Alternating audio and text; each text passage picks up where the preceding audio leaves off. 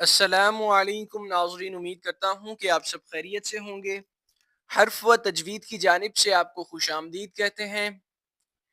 آج کی ویڈیو میں ہم شب برات کے نوافل اور دعائیں سیکھیں گے۔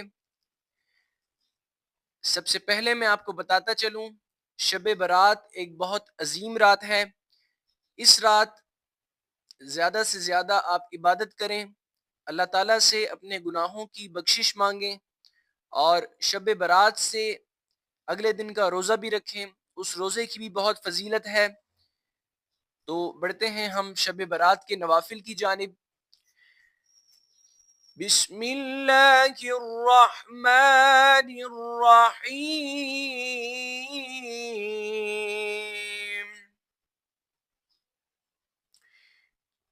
شب برات کے نوافل اور دعائیں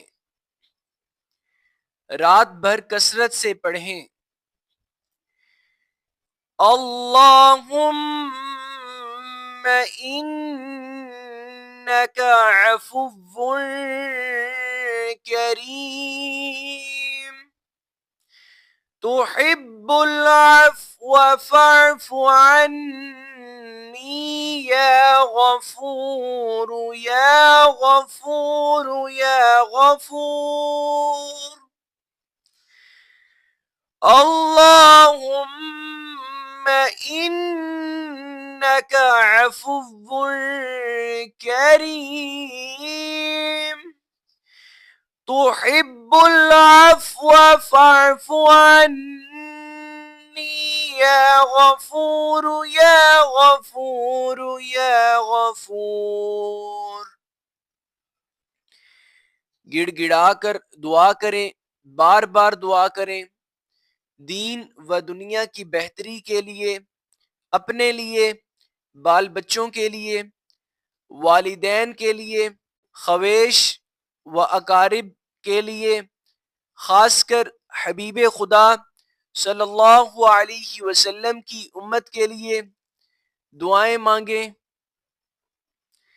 15ویں تاریخ شعبان المعظم کو روزہ رکھیں۔ یہ روزہ فرض یا واجب نہیں، لیکن اس کا درجہ بہت ہے، بہت فضیلت ہے اس روزے کی۔ مغرب کی نماز کے بعد غسل کریں اور پاکیزہ لباس پہن کر 2 رکعت نفل تحیۃ الوضو پڑھیں۔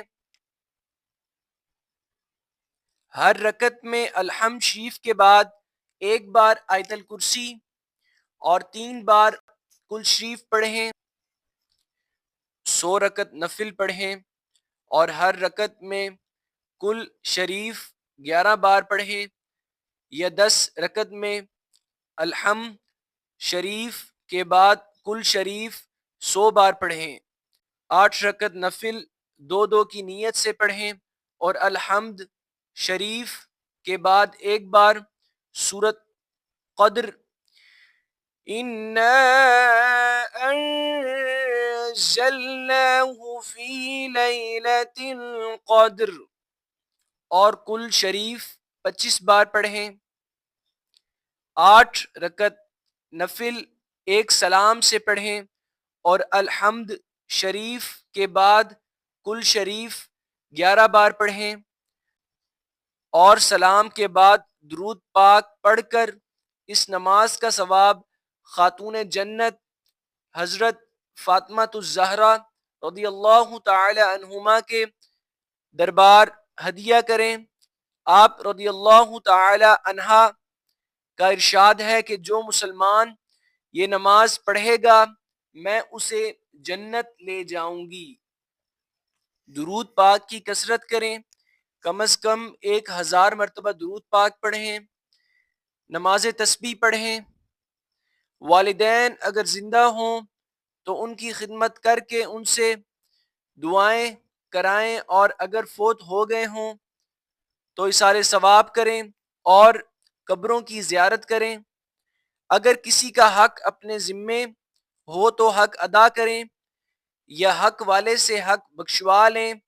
یوں ہی کسی مسلمان خواہ رشتہ دار ہو یا نہ ہو، کسی قسم کی ناراضگی ہو تو راضی کرنے کی کوشش کریں، معافی مانگ لیں۔